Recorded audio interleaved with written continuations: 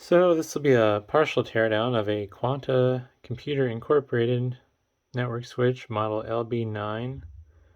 I don't really know much about this switch, and I'm struggling to find much about it. It's a 48 port switch. I don't have enough clearance to stand it up right. Yeah. The model number isn't very helpful because it's kind of a generic model number, and if I search for Quanta LB9 switch, there's like a few different designs, so haven't quite figured that out. I did see some interesting stuff through the vent holes on the front though, so I thought it might be neat to see what's under the cover. Normally I'd spoil the fun, but I'm going to make you suffer as I take out all these screws one at a time. Kind of a neat switch, has redundant power supplies that are removable, which is nice. And has fans in the back, which are unfortunately loud. There's a fan tray like right between the two power supplies, basically. Alrighty.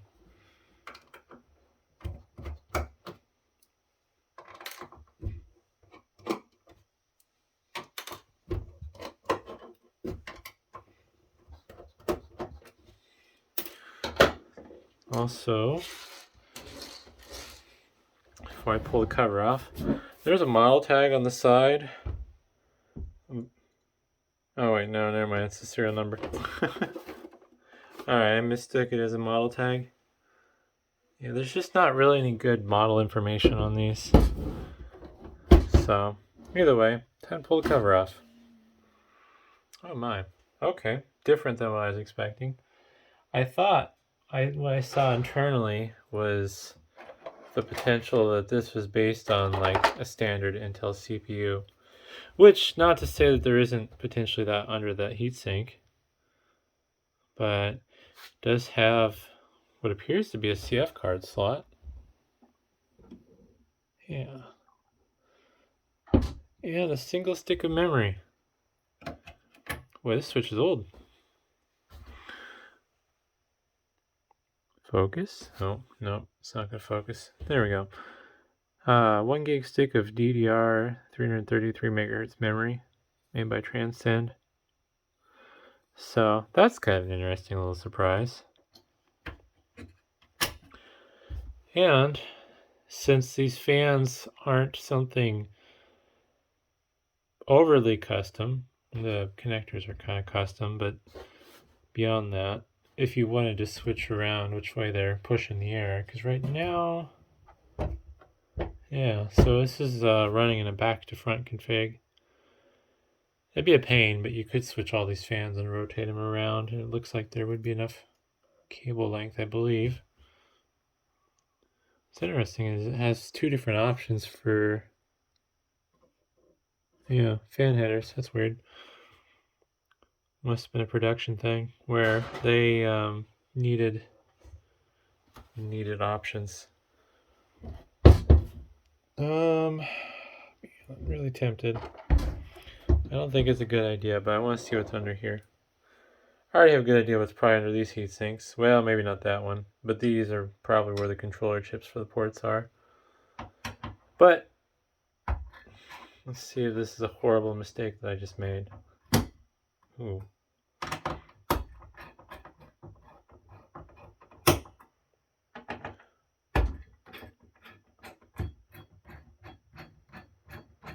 Doesn't feel, alright, never mind. I was gonna say it doesn't feel like the heatsink's gonna come off, but I lied.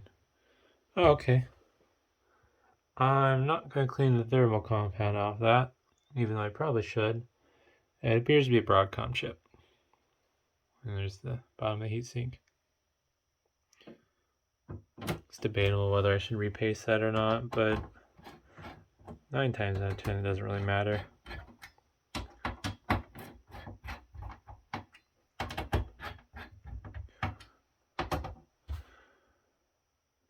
Now I'm second guessing myself though, because I do want to sell this. Well, I am going to be repasting this out of an abundance of caution, I guess. Yeah, we'll repaste it. I need to find paper towel. And we'll be back. Alright, well, I'm going to replace this paste. I'm hoping this isn't a mistake. I think this is probably better than not doing it since I've disturbed it. I have mixed feelings on the logic behind that whole process, though, because if you disturb it, but you put it back the way it was, I would feel like that it would just kind of shift around and go back to where it needs to be. But since I'm in here already, we'll just do the nice thing and repaste it. Plus, then you get to see what the chip is. If the camera will focus. I'm going to clean this real quick. Nope, I am not skilled enough to clean and look.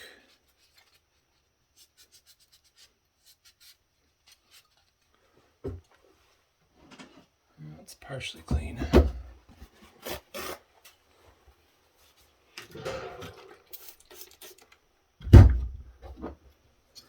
I always wonder about some of these thermal compounds. I think some of them are kind of thick and goopy for a reason, because they might not have their spacing dialed in. Has been my theory. But, I don't know.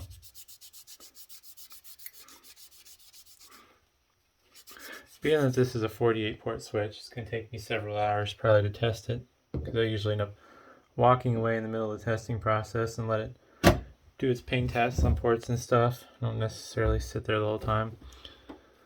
But this is a Broadcom BCM 56538B0K FSBG for the controller chip.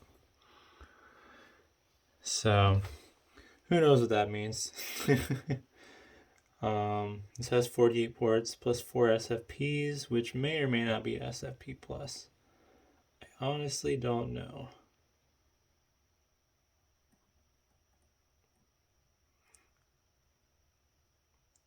And no, this isn't the best way to paste something. Probably. Who knows? Everything's wrong. Alright.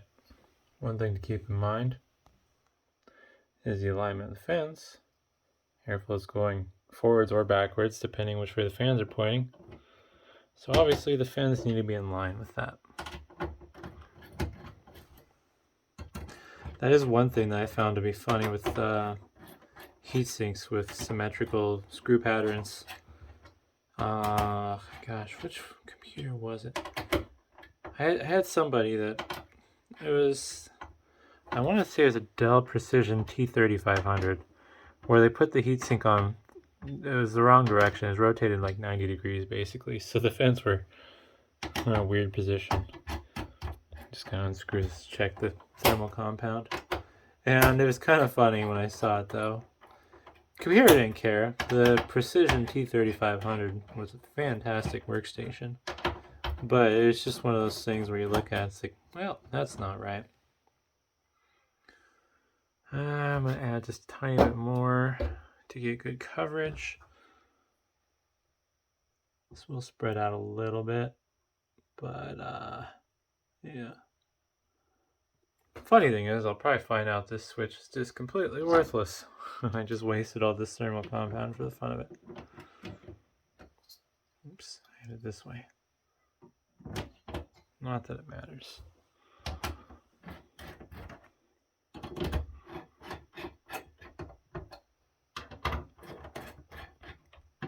It is interesting that they had to use a riser board for the power supplies. I'm kind of curious what the reasoning for that would be. Although it's not fan spacing. I was gonna say if they were worried. I'll just get zoom here in just a second. I want to make sure it's nice and tight. Say maybe the riser boards were because of fan spacing to kind of spread things out, but this one's going the same way, so fan speed or spacing clearly wasn't the goal. Oh, I wonder if it was an afterthought. Maybe they hadn't picked out a power supply yet, because the PCB ends right about there, and the connector ends right about there, so they just span that 1-inch gap somehow. So maybe they decided this daughter board was the easiest way to do it. I am going to pull out one of the power supplies and show it brand and model and whatever else it is. And I think that'll kind of wrap this up. I'm going to try and do this without cutting my fingers on sharp metal that's exposed.